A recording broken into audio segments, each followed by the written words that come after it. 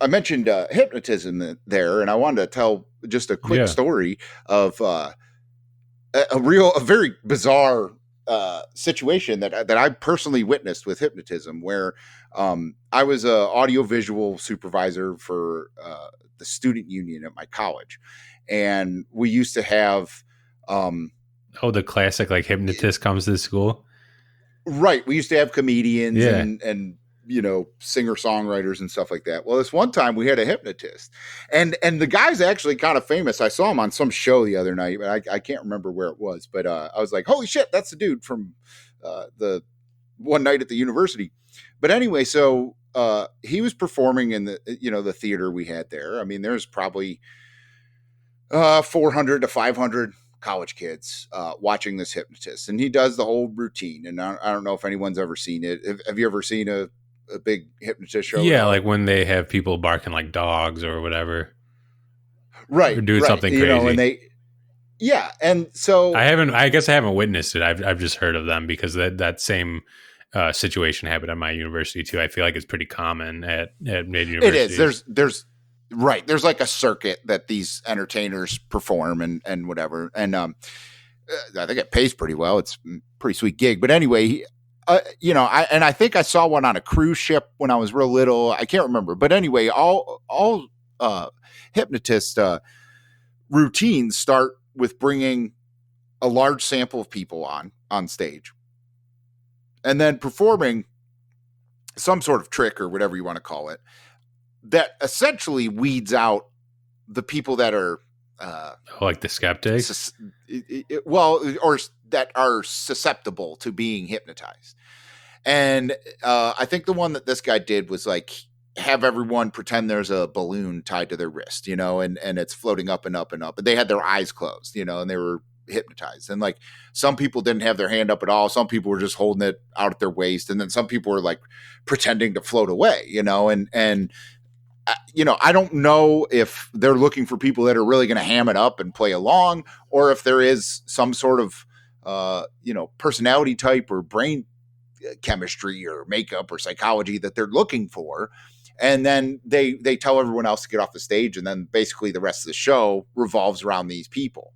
And they'll be sitting in a chair, like basically asleep until he calls them up to do whatever. And,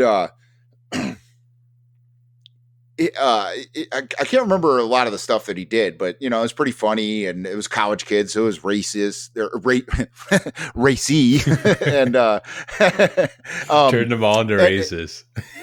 Yeah, turned everyone racist. It was ridiculous. No, but so it was all like kind of a little bit sexual stuff like that.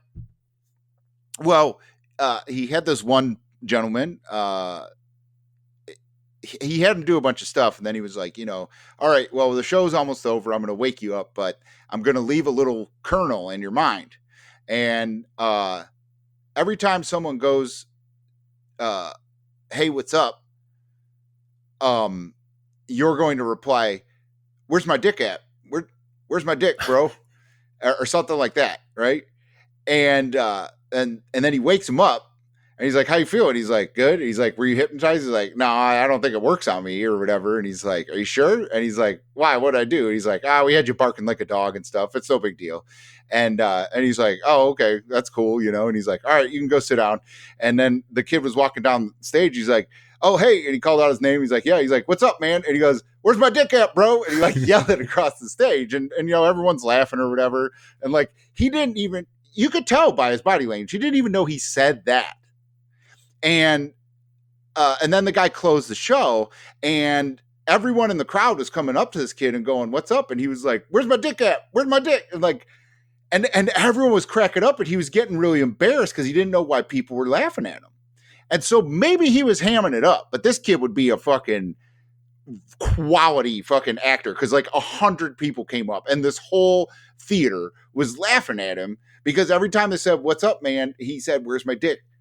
And so fast forward like an hour or two, and I'm hanging out with this hypnotist, and like I was asking him questions and stuff, but like he had this whole kind of shitty, like, don't reveal the magician's tricks kind of like mentality. Like I was going to steal his act or something, I don't know. But whatever it was, I mean, he was trying to like make it believe like it's, mystical and stuff like that, which I don't know, maybe it is. It's the only hypnotist I've ever talked to. But he was hanging out like, changing back into his regular clothes and doing whatever. And we were wrapping up and I think someone was getting his check and stuff like that. And this kid's roommates came to the lobby with him and the dude was there and people were still going by and he was like freaking out too. And he kept saying, "Where's my dick?" And like, he was like freaking out because everyone like kept coming up and talking to him. And he was like, "What the fuck's going on?" And like his friends were really worried about him. And I think before he told the crowd before he woke him up that like once he goes to sleep, like he'll be fine in the morning, or whatever.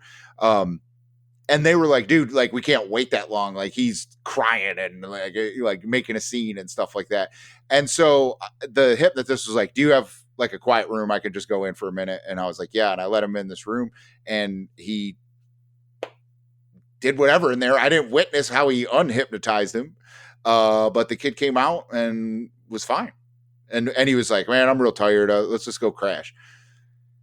And it was really weird where like, there was part of me, it's like, they're both fucking acting on this. Like he's a plant or whatever. But I mean, this was a kid that I saw on campus before and after that, it wasn't a huge college I went to. Like I didn't know him, but like he didn't come into town with this hypnotist, and, I don't know, man. It was weird. Like it kind of was one of those instances. And it's just like the moments of the medium I went to that kind of, was like, man, are psychics real? Like the hypnotist, like, I was like, man, what is up with the human brain that like you can manipulate it that much, into doing whatever.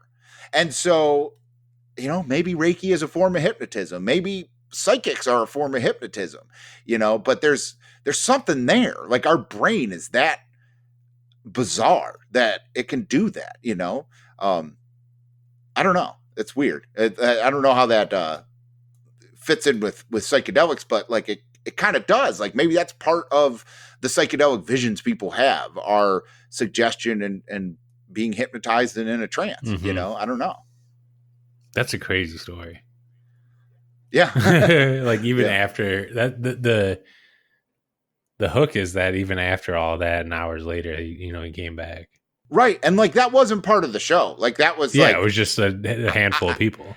Right. I mean, and it was like out of genuine concern, not that the hypnotist was like concerned, but he was like, yeah, I get it, And but I really doubt, the skeptical mind would be like, he went in that room and gave him $20 and was like, "All right, stop yelling about your dick," right? Or whatever. But like, I don't think that's what happened, like, I mean, he had control over that kid's mind, out of I don't even know what, out of hanging a pendant in front of his in front of his face, and maybe that's what that part of the Reiki is about.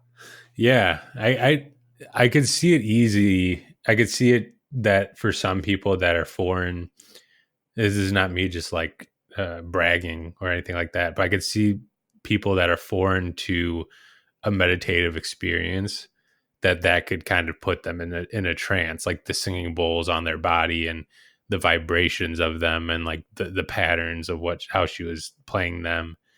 I could totally see that could put somebody in a trance for sure. Yeah.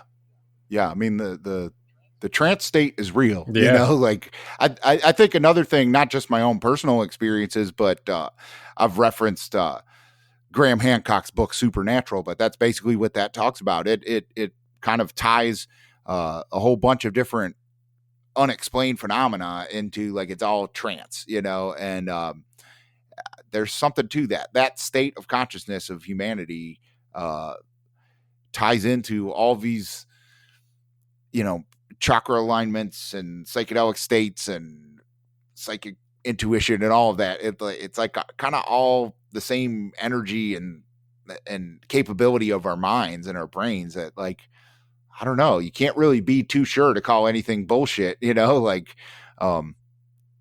like if it seems like someone's ripping money off, like that's one thing, but like as far as like uh practices that have a distinct and tradition and following to them, there's something to it. Yeah. I don't know.